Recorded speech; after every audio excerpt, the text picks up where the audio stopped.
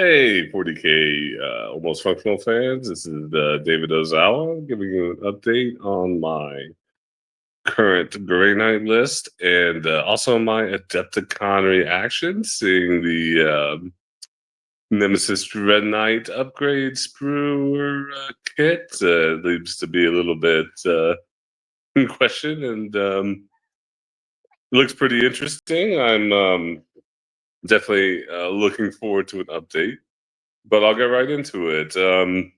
So last time I had talked, I had spoke about playtesting out in a fifth Dread Knight. Also, um, being a little concerned about how Imperial Knights are in the meta, and maybe shoring myself up against that matchup a little bit better. I've got my son here. I actually got both my sons here.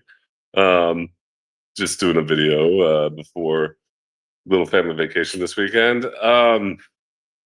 And I play tested some games out with the fifth Dreadnought. I dropped an Interceptor Squad and one of my transports, and I must say I was underwhelmed by it. I did not like it as much. I'm sure that it'll do all right um, in some games, but overall, I was lacking some of the board control pieces that I had, and it was lacking in some of the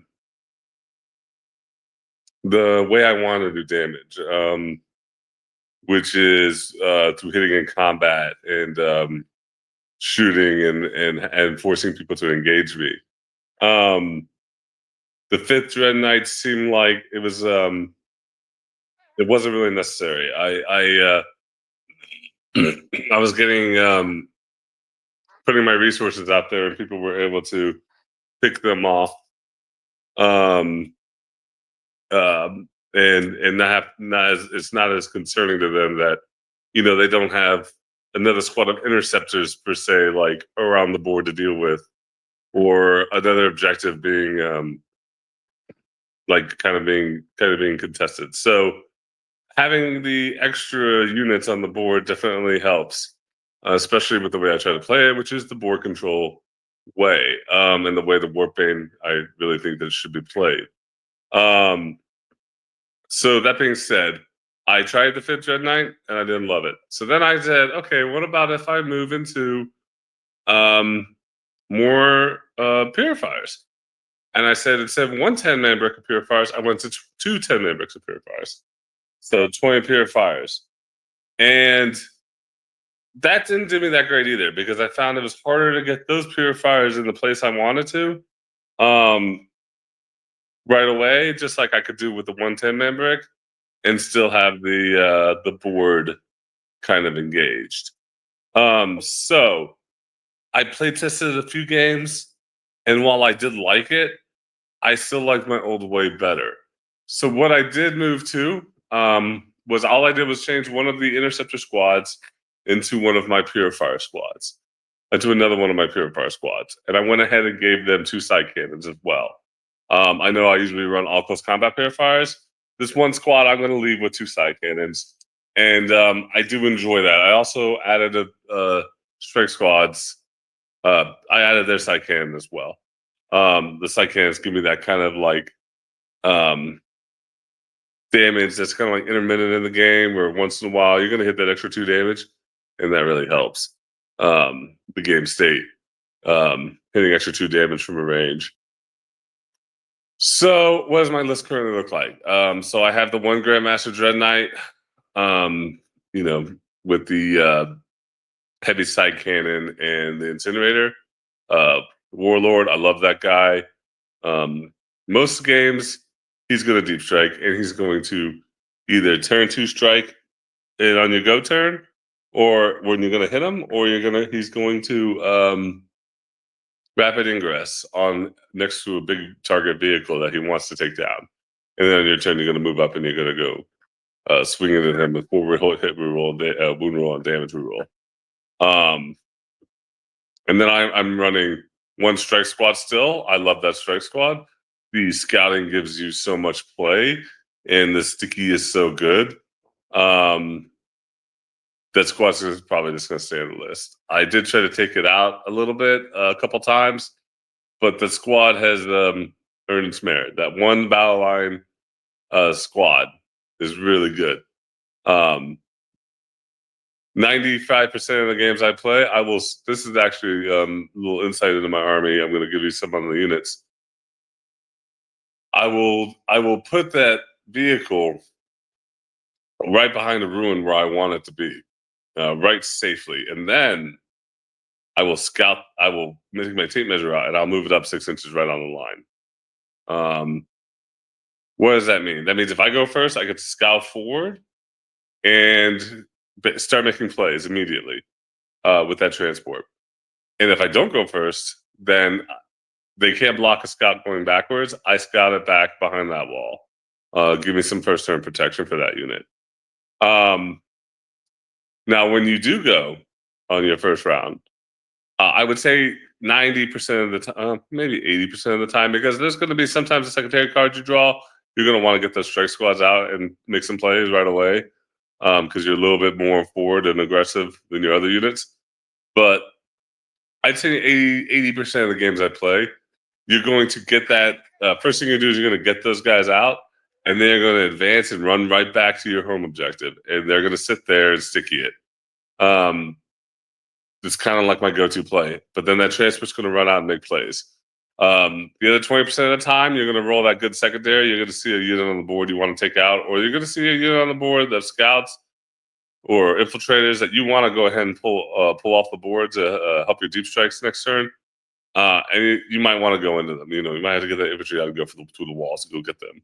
Or maybe you have no prisoners and you want to go pick off a unit and you can consolidate safely with that unit. So it's kind of like that early game play, especially with the transport. That transport, you want to go out. And then I have two pure fire squads, a 5-man. One of them's going to have 2 side cannons now. The other one's pure close combat, like I love. And then 10 purifiers, all close combat. Those give you optimal abilities with this attachment that really loves purifiers. And then I have the 1 interceptor squad. I love that squad. Moves out, get out of that transport, move 15 inches out of that transport. So 3 on the disembark, 12 on the movement, goes through walls, flies over enemy units, puts out shots, and then moves 6. And if you're within 9 of a transport, you just get back in that transport. I play that thing very defensively until turn about 2 or 3 or 4. Because I usually get out, I'll shoot, I'll get back in the transport. I get out, I shoot, I get back in the transport. And then once in a while, usually about turn 4 or turn 3, I'll see some dive I could do. About 18, 25 inches off the board. Not 25, 18 inches off 18 inches from their transport. You know, maybe 20 inches off their transport. Because you get 15, you go 15 from your transport. Maybe it's 22 inches. I like 7-inch charges. 8-inch charges, I think about a little bit more whether the risk reward is going to be worth it. And they'll go dive a backfield or they'll go dive an enemy objective, like enemy expansion.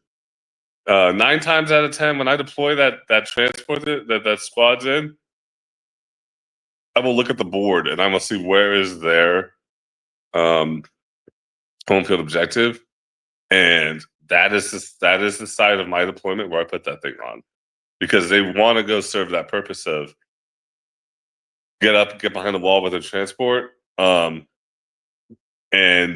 if I want to, I could either jump out and dive the middle objective or jump out and dive the enemy objective. And I'd say most of the time it's going to be diving the enemy objective. And it's when they're focusing on the middle of your board because you have so much stuff, it's going to be hard for them to reel back and take out those units, take out that interceptor squad. That's now suddenly probably taking out their home field holders.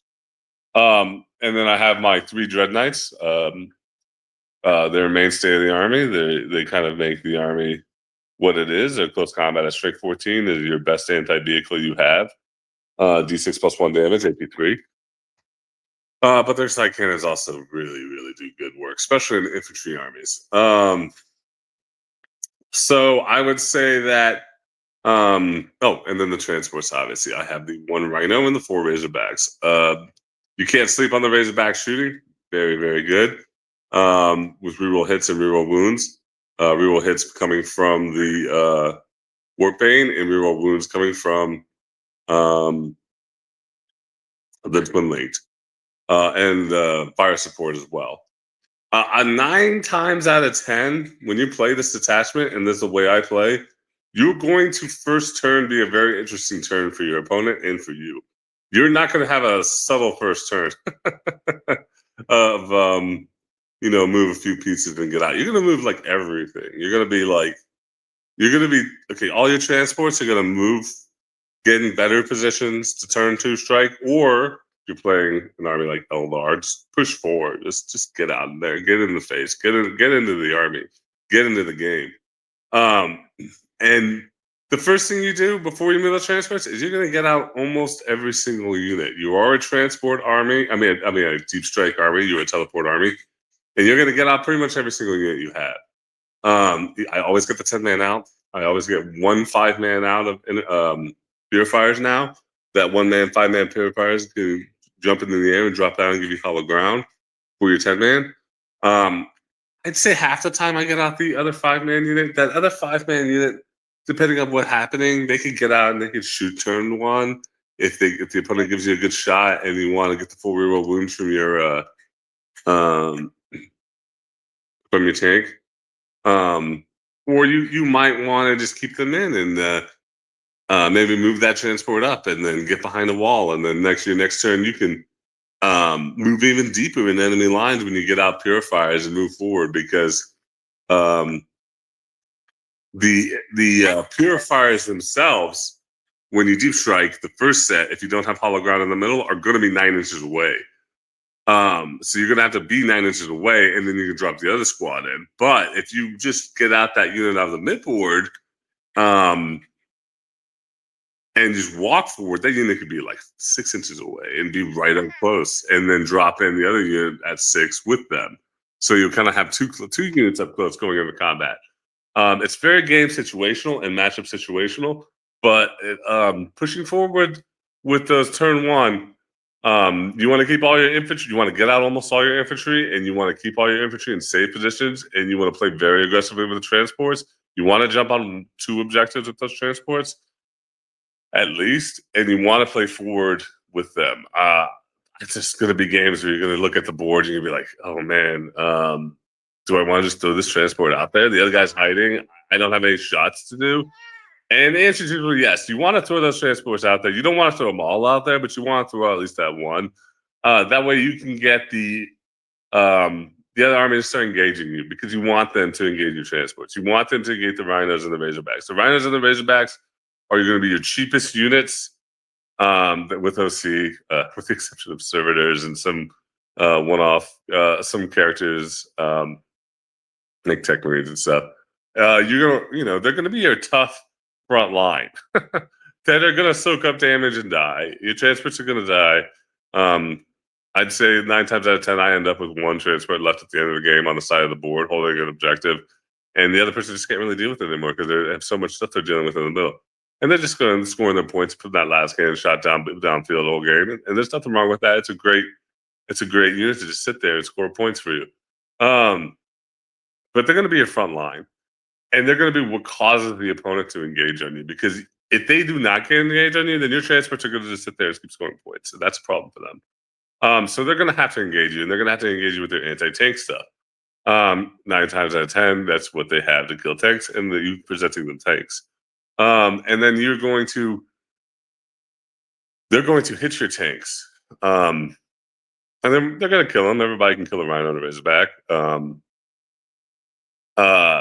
And then you're going to follow up with your infantry. Your infantry are your second offensive line, or your second line, and they're going to right behind your transports. They're going to run in, and they're going to hit a lot of damage. And your dread knights are going to come in right behind those. Now, I'm not saying they're coming turn 2, then turn 3. I'm saying turn 2 is usually your go turn, might be turn 3, and you're going to push forward all that infantry very aggressively, and then staging them, pushing forward right behind those or the dread knights. They're going to push forward as well, and you're gonna start hitting combat. You're going to start shooting. Things are going to get crazy because you're going to have the other army in front of you. They're going to hit you back, and it's going to be a game. but it's fun. It's a fun way to play. You're gonna have a game every time, and it's also it gives the opponents a lot of decisions to make. You've got 5 dedicated transports, 5 units of infantry, all with 2+ armor, good close combat, and good shooting, and you have 4 dread knights um, basically hitting them as well. Um, and then even if you have some transports left on the board that are there, then I'd say 9 times out of 10, if you don't have that one sitting on the side objective and you got one nothing to do with, and you didn't pull any action secondaries or run over and do an action with a transport, you're just gonna proof that transport up and you're gonna start charging units that don't want to get charged and tied up. Um, Units that can't fall back and shoot, units that aren't good in combat, um, and it's just gonna make their day a little bit harder, make their game a little harder. And there's nothing wrong with that. There's nothing wrong with just be polite and nice. And there's nothing wrong with saying this is how my army works and pushing forward and being aggressive. Obviously, I don't. I'm always really laid back when I play against people, and I try to give them. I give them insight on like what I do. I tell them. I'll usually mention something like, yeah, this is the aggressive detachment. I tell them the interceptors move, shoot, move, and get back. I usually they get back in transports.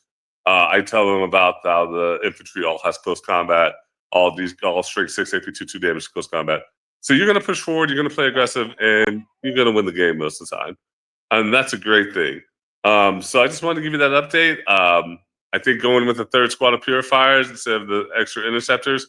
I miss those extra interceptors, but the one squad interceptor still feel great, especially with how I've decided to just use this keep with the one on the one side towards the enemy objective, so that way I can run up and possibly make some plays turn 2 or turn 3.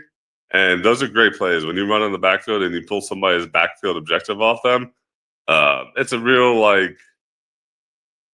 moment for them to decide how they're gonna like deal with everything in front of them and then everything behind them. It becomes a thing. And then yeah, I've been having great success. Now, how am I shoring myself up against the tanks? I only added one squad of purifiers over interceptors. So you might be saying, well, Dave, how are you taking it against the tanks? That comes into command point management. I'm not overwatching it. Now, let's say you're hitting those armies with a bunch of tanks. You're hitting those Imperial Knight armies. You're hitting that, let's say, Necron Awakened Dynasty.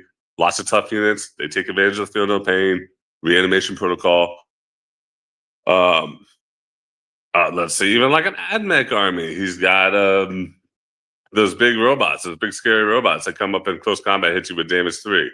I had a game against that the other day. It was pretty fun. I haven't seen that before.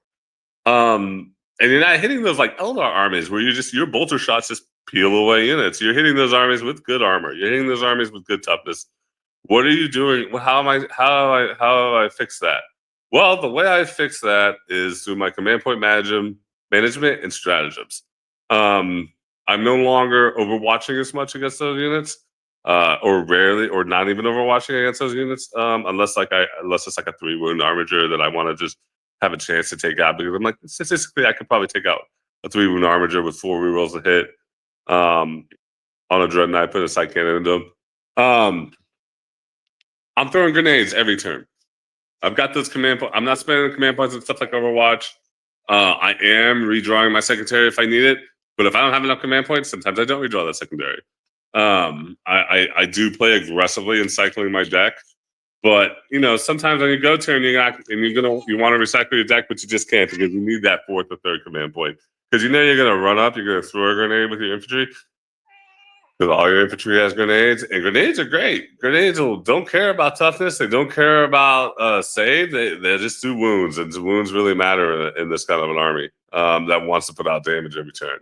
And then on top of that, you got tank shock. You got your dread knights, toughness 8. One command point, you throw 8 dice looking for 5s and 6s. Even your Razorbacks and Rhinos, now you got 9 dice. So now I'm basically playing smarter with my command points, and I am throwing grenades more against those tougher armies and tougher tanks and tougher saves, and I'm doing tank shock more. And then the third thing I'm doing is I'm also have those extra command points. I'm doing full reroll wounds more with the purifiers. Now you might say, okay, how much damage can you get out of 5 wound Purifier Squad or 5 mile unit Purifier Squad? Well, the close combat Purifier Squad hits really hard, even into like an Armiger that's full wounds. You could probably shoot him with a couple units, take his wounds down a little bit, charge him with that 5-man Purifier Squad, one command point. Now you're doing full reroll to hits, and you're doing full reroll to wounds, wounding on 5s, and that's it. That puts some good damage out. So my main 3 stratagems that I've been like primarily refocusing on is the grenade stratagem, the tank shock stratagem, and the full reroll wound stratagem. I've been saving my command points for those, and it's been great.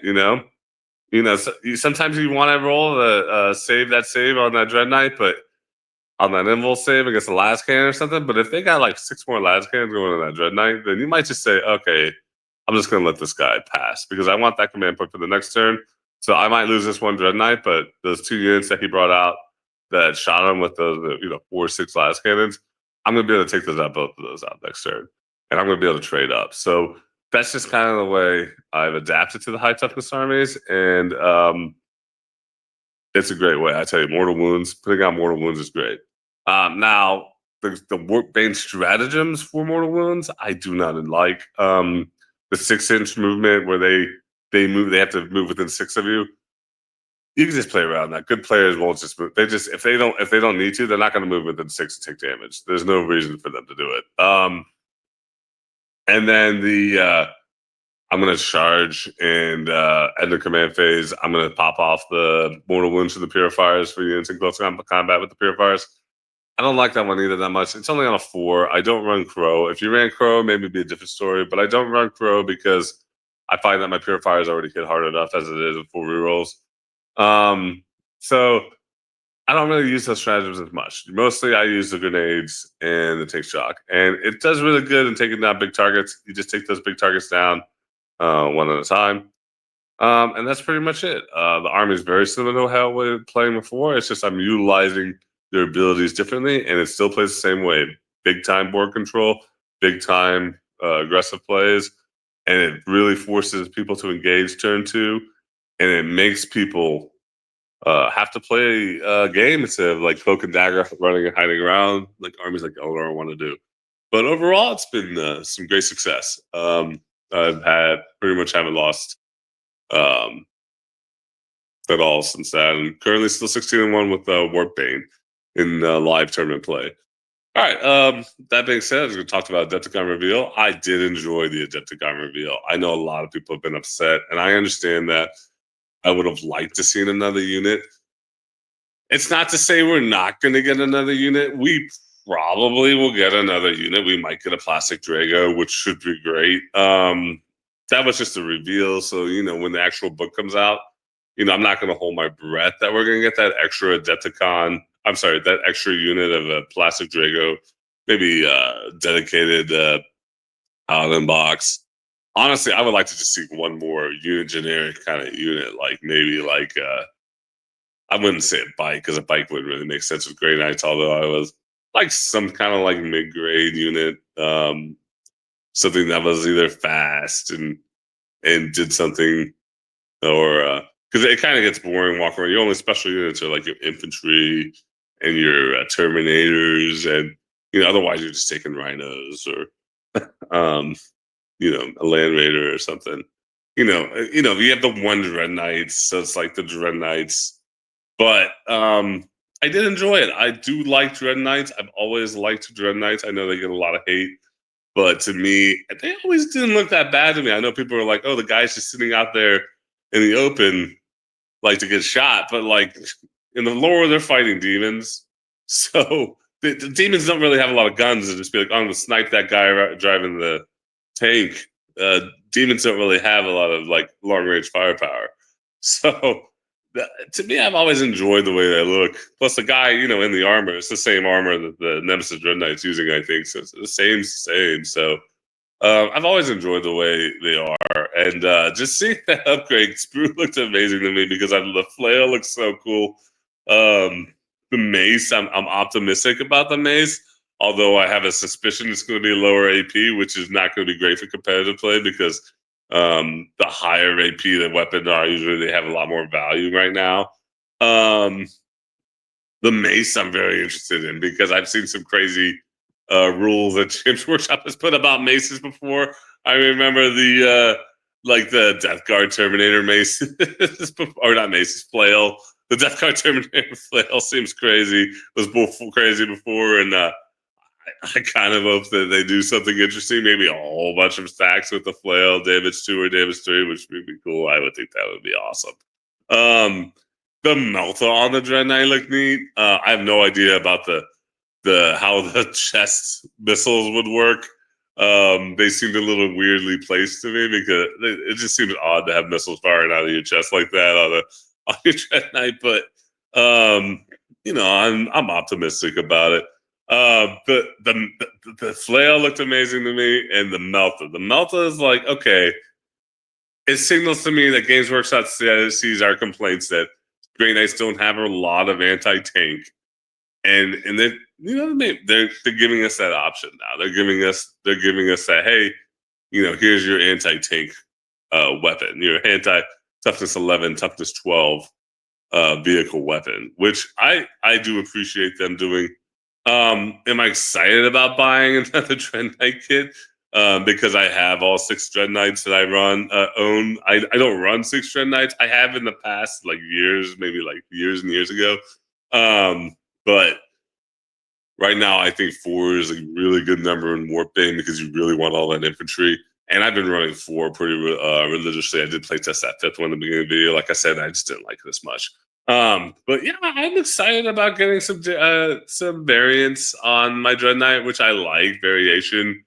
I love the. I mean, I just have to say, I love the flail. I mean, like spinning around that thing and killing demons just seems like a fun. Although I am worried about it breaking. That chain looked a little uh a little weak. If I'm taking if I'm putting my models in a transport bag and going out of state with it, I'm worried about that flail chain breaking on that plastic. But overall, I'm very excited to see what that Dread Knight can do. Am I hoping we get a plastic Drago? Yeah, I am. Am I hoping that we get another unit? I really am. Honestly, I would love to see Green Knights getting like one more option. Um, maybe like a heavy unit that doesn't move as fast or something that's more dedicated to shooting, or I don't know, maybe some crazy flamer unit that's not just adding incinerators onto our current units.